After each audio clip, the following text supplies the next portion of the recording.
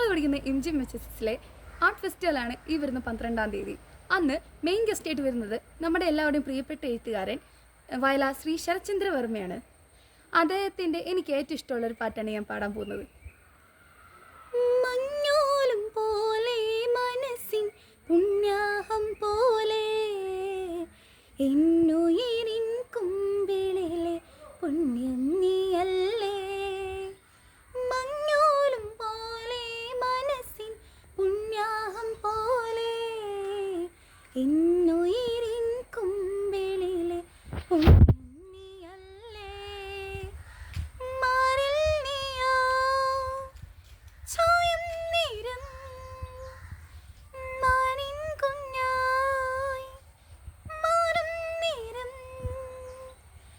വെള്ളി നിലാവാകുന്നേ ഞാനെന്നും നല്ലാരോമൽ വാവേ. ചന്ദനത്തെന്നലും ചാമരം വീശിവ നോരോരാവിൽ ആലില മഞ്ചമൊരുക്കേ